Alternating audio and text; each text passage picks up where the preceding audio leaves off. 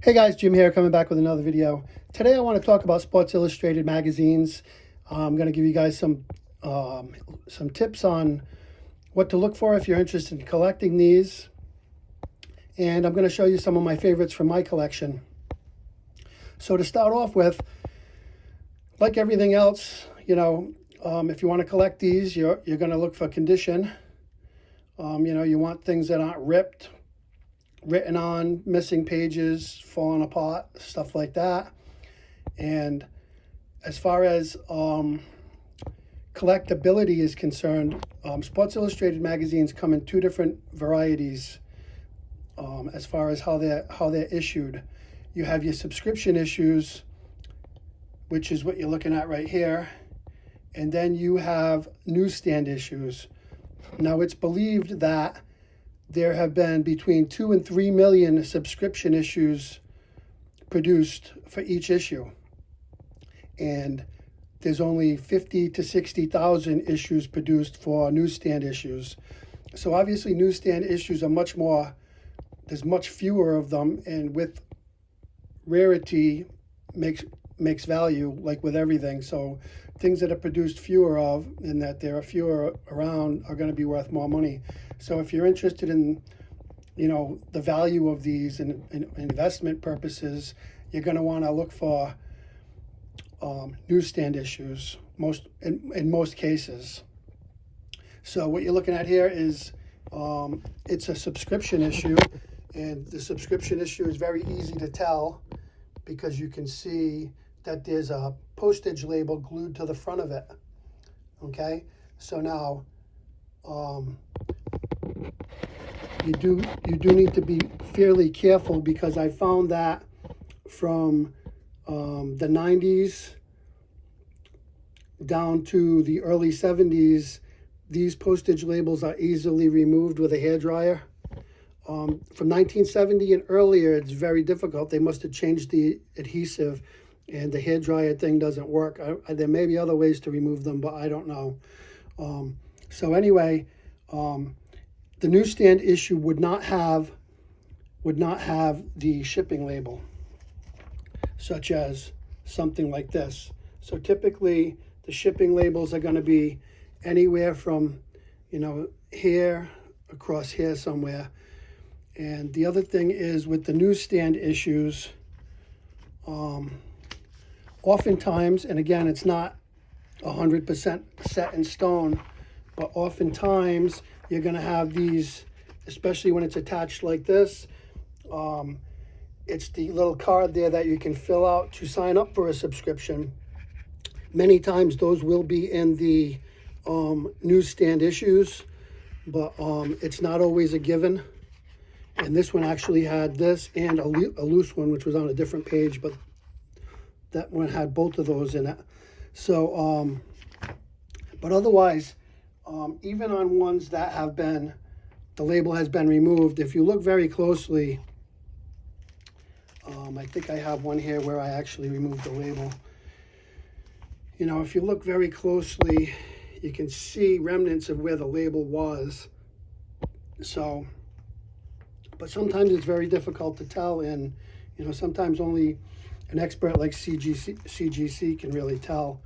But these labels were used from the start all the way up to 1993, right through 1993. And so then in 1994, they started with the label. It's not, instead of a label adhered to the front of it, it's actually printed right on the front of the magazine there, like that. So that, again, this would be a subscription issue. That's printed right on the cover. And then if you get one like this, nothing printed on it, and it's got the barcode there, this is a newsstand issue. So that's how you can tell post 94 and to present. That's how you can tell the difference between subscription and newsstand. Sometimes you'll see these where it's just a white box and there's nothing printed in here. That still is going to be a subscription issue, because what they do sometimes is, if it's the last issue, they might have like a card on the front of it where your address would be printed, and it's telling you, you know, you need to renew, giving you an offer. Sometimes they had special offers where they had cards, you know, like a tear-off card. So even if it's got the white box and there's nothing printed in it, it's still a subscription issue. So with that being said, I'd like to show some of my favorites from my collection. You know, too, like card collecting, we have RCs in Sports Illustrateds as well.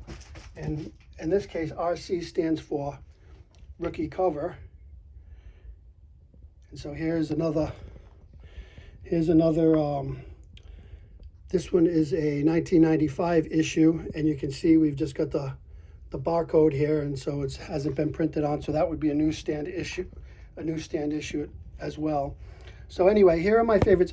Most of mine in my collection are subscription issues because, like I said, I'm not really interested in the value. Of course, if I do see newsstand issues, especially older ones, I buy them because I know that they're collectible and they're limited copies. But I mainly just buy these for, you know, as far as what I like.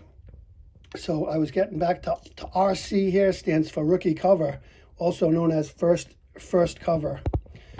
Okay, so here I have a 1984 Sports Illustrated, and this is Michael Jordan, such a great image there.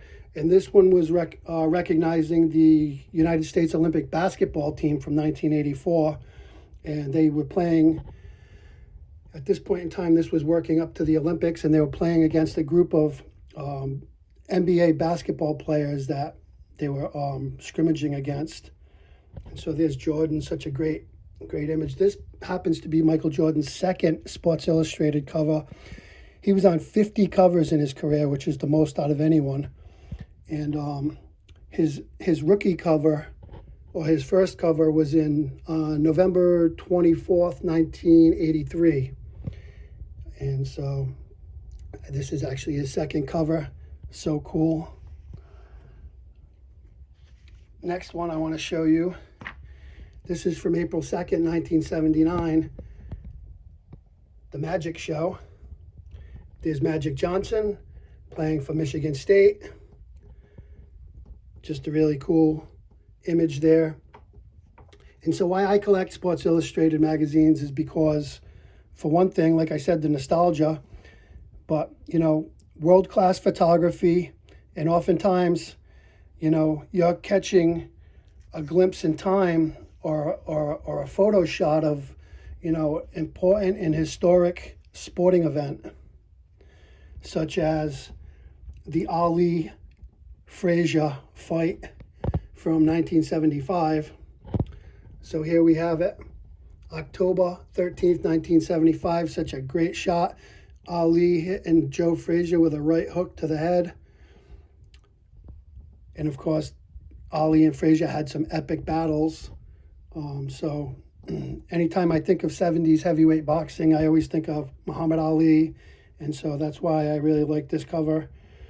And Ali, by the way, was on the second most Sports Illustrated covers at 40. So he was on 40 covers, and that is second behind Jordan's 50.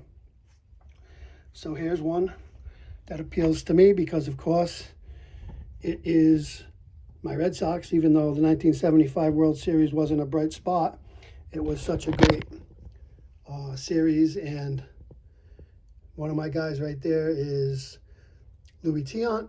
And of course, there's the great Johnny Bench, such a great action photo there.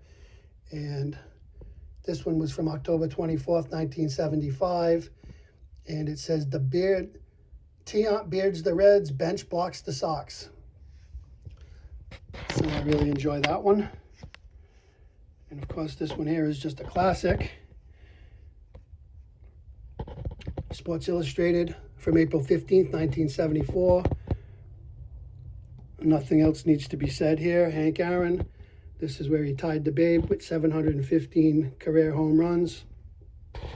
Such a great photo there, smiling Hank Aaron, holding up presumably the 715th home run ball. Next, I'm going to show you this one that I have from September 8th, 1969, the Frantic National League. So there were 7 teams in contention for 2 playoff spots in the National League, down to the last 2 or 3 weeks left in the season. And there's an article in here that talks about that.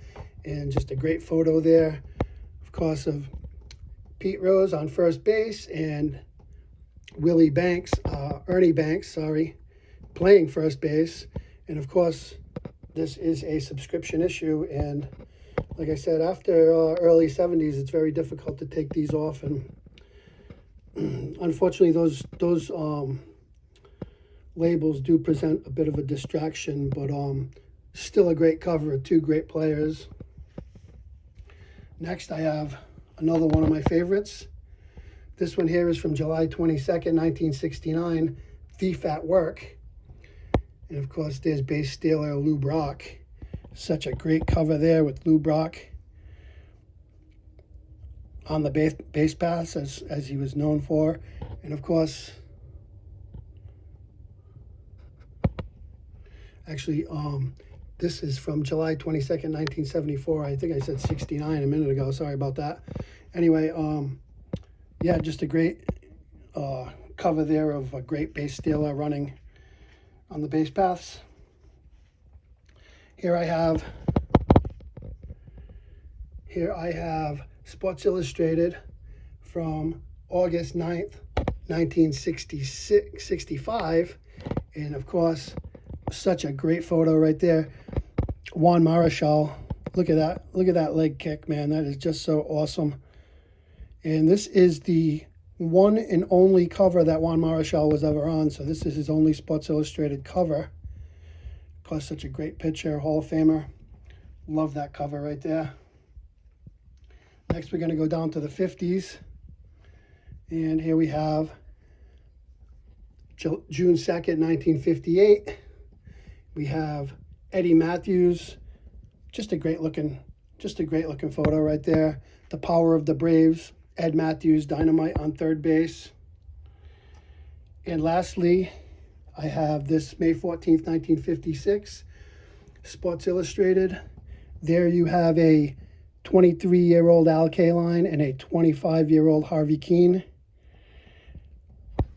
So awesome.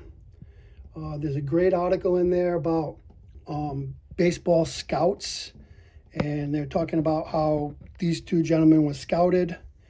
And talking about how they evaluate and scout young talent, trying to find the next stars of the game. A very interesting article. And so that's all I got, guys. I appreciate everybody watching. Thank you so much, and bye for now.